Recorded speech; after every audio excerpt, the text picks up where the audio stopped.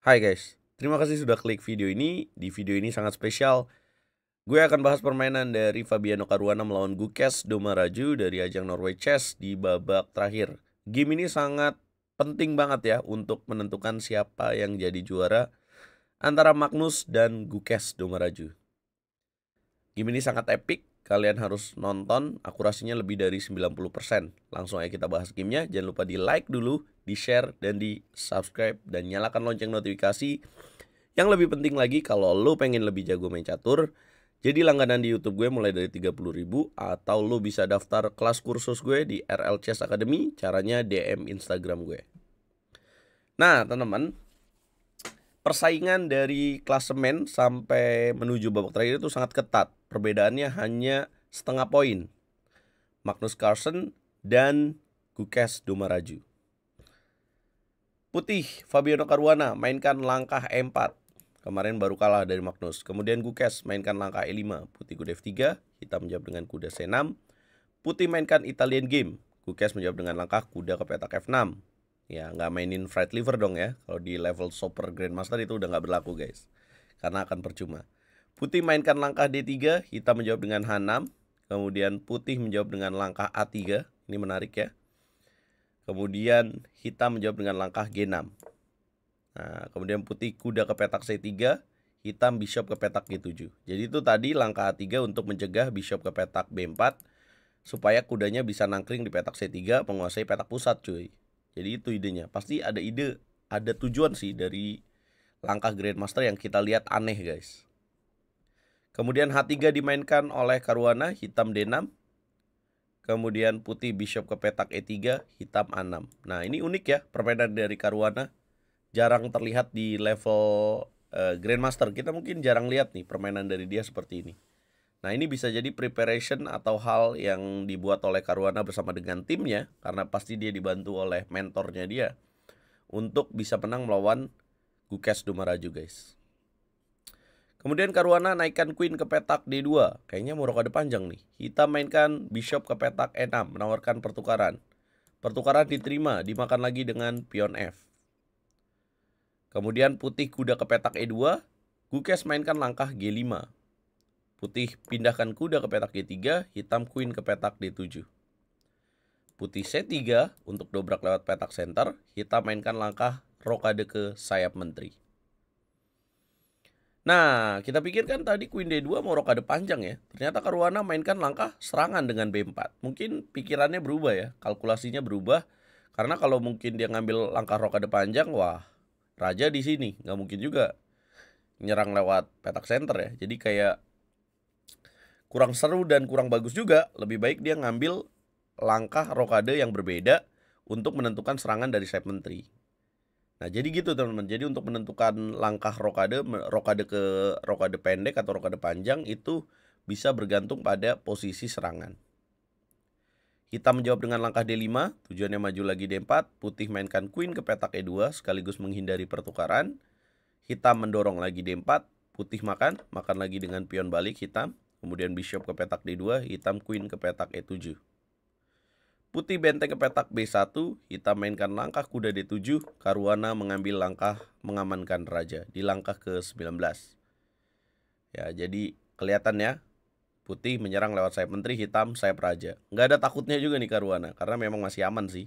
Masih bisa dicegah oleh 3 perwira ini. Gukesh menawarkan pertukaran kuda dengan kuda D ke petak E5. Nah, tapi Caruana lebih memilih kuda ke petak H5. Akhirnya ditukar kuda, makan lagi dengan queen. Dan Gukesh mainkan bishop ke petak E5. Nah, apa langkah berikutnya yang harus dimainkan oleh putih guys? Dobrak dong, udah siap dengan benteng B1. Didobraklah dengan B5. Boom, dimakan. Kemudian dimakan lagi. Nah, tapi kasih pion di petak A3. Dan Gukesh juga mau. Padahal secara teori kan ngapain kita ngambil ngapain kita ngambil pion pada posisi raja kita di sini? Itu kan riskan ya. Nah, ini sepertinya Gukesh Domaraju merasa kalau aman-aman aja ngambil pion gitu ya. Nah, akhirnya dilakukanlah queen makan A3. Gukesh merespon dengan benteng C1.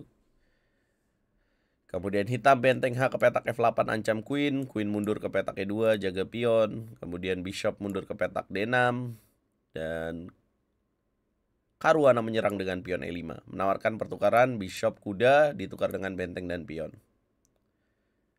Tapi apa jawaban dari Gukes? Bukannya mundur, tapi Gukes memilih langkah menarik benteng F5. Nah, coba temukan taktik yang bagus untuk dimainkan oleh putih pada posisi ini, guys. Di langkah ke-27. Karena ada langkah brilian berikutnya, yaitu Sacrifice the Rook. Boom. Wah, buat apa tuh? Ya, karena ada benteng A5, benteng dalam posisi terjaga untuk bisa makan bishop di petak D6. Menteri B2, makan bishop di petak D6. Jadi, gajah dan kuda ditukar dengan satu benteng dan pion, teman-teman. Benteng makan benteng. Nah, jangan langsung makan dong, menterinya hilang. Untung ada menteri makan E6 dulu skak, kemudian raja ke petak B7. Dan akhirnya mengambil benteng di petak A5. Hitam mainkan benteng D6, putih menteri ke petak E7, ancam C7. Hitam mainkan menteri ke petak A1 skak, gajah menutup, hitam mainkan C5.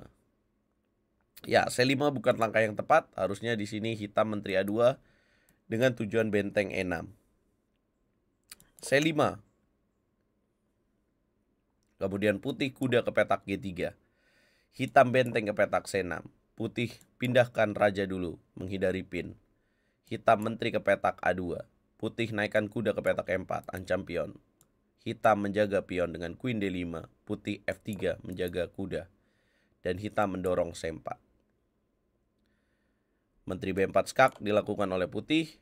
Dan ya, Gukes harusnya di sini benteng B6 ya, menawarkan pertukaran, tapi memang udah sulit di sini.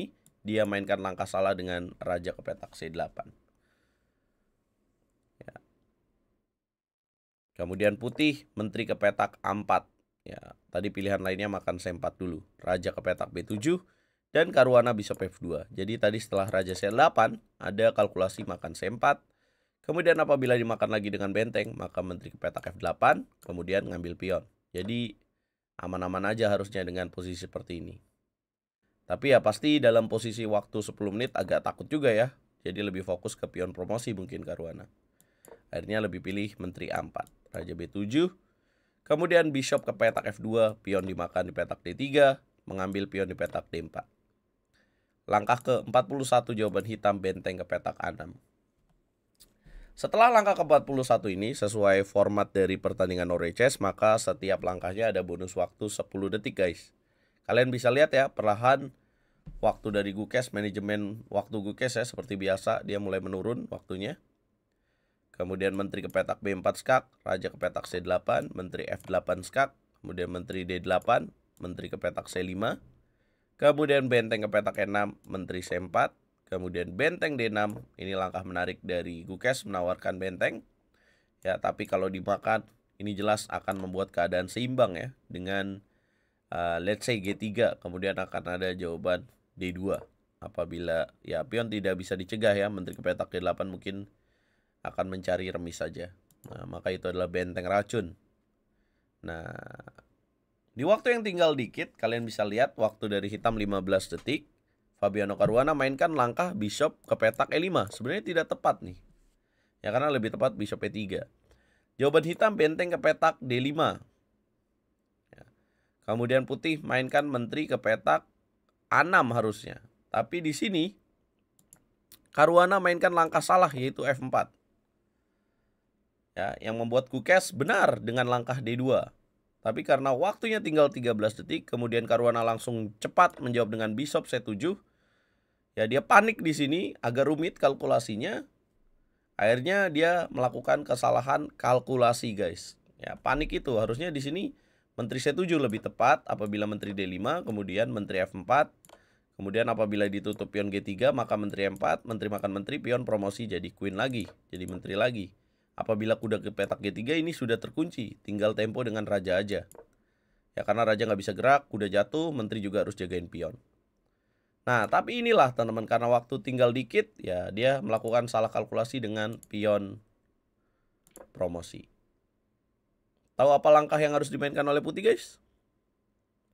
Yes, bishop makan queen, harus dimakan lagi dengan raja, dan kuda ke petak C3, garpuan kuda. Menyerah di langkah ke-50. Ya, habis ini kita bisa lihat viral ya videonya, langsung kayak aduh, ini langsung sedih banget. Ya, gue tahu sih rasanya karena ibaratnya lu udah berjuang lebih dari 3 jam dan lu salah gara-gara satu langkah. Itulah yang menjadi makanan sehari-harinya pemain catur kalau bertanding. Makanya satu langkah itu akan sangat berarti, guys. Tapi itulah permainan ya, ada menang dan ada kalah. Ya sayang sekali Gukes yang tampil sangat luar biasa di babak sebelumnya, bahkan mengalahkan Magnus dan kemudian sempat win streak ya, mengalahkan Arjun berikutnya, tapi kalah melawan Caruana di babak catur klasik. Gara-gara ini akhirnya tempat kedua di peringkat klasemen ditempati oleh Fabiano Caruana, guys. Dan gara-gara kalah ini juga akhirnya Magnus Carlsen yang seri di babak catur klasik, ataupun sebenarnya kalau kalah juga karena Hikaru sudah remis ya, Magnus Carlsen juaranya teman-teman. Karena kalau kalah dapat 0 poin. Dan inilah klasemennya teman-teman. Magnus Carlsen 16 poin ya, kalah dapat tambahan 1 poin di Armageddon Game. Kemudian Caruana dapat tambahan 3 poin. Gukes tidak berubah. Hikaru remis kemarin hanya menambah 1 poin karena kalah di Armageddon Game. Arjun Erigisi tambah 1,5 poin. WI tempat terakhir. Itulah yang terjadi teman-teman, berapa hadiah yang didapatkan oleh pemain. Pemenangnya mendapatkan sekitar 1,1 miliar ya price-nya. Ya ini silakan hitung sendiri ya. Kemudian peringkat 2 30.000 US dollar, peringkat 3 17.000. Lumayan bedanya ya. Gara-gara kesalahan kecil aja, guys. Itulah yang terjadi. Aku mau ucapin terima kasih buat kalian yang selalu nonton live Norway Chess yang sangat luar biasa tahun 2025 ini di YouTube RL Chess. Apa komentar kalian? Jangan lupa nonton konten-konten catur. Pastinya kalau kalian suka catur, subscribe YouTube ini. Dan jangan lupa bantu RL Chess terus berkembang dengan cara like, share, komen, dan subscribe. Kita ketemu di video berikutnya, guys. Berikan komentar terbaik kalian.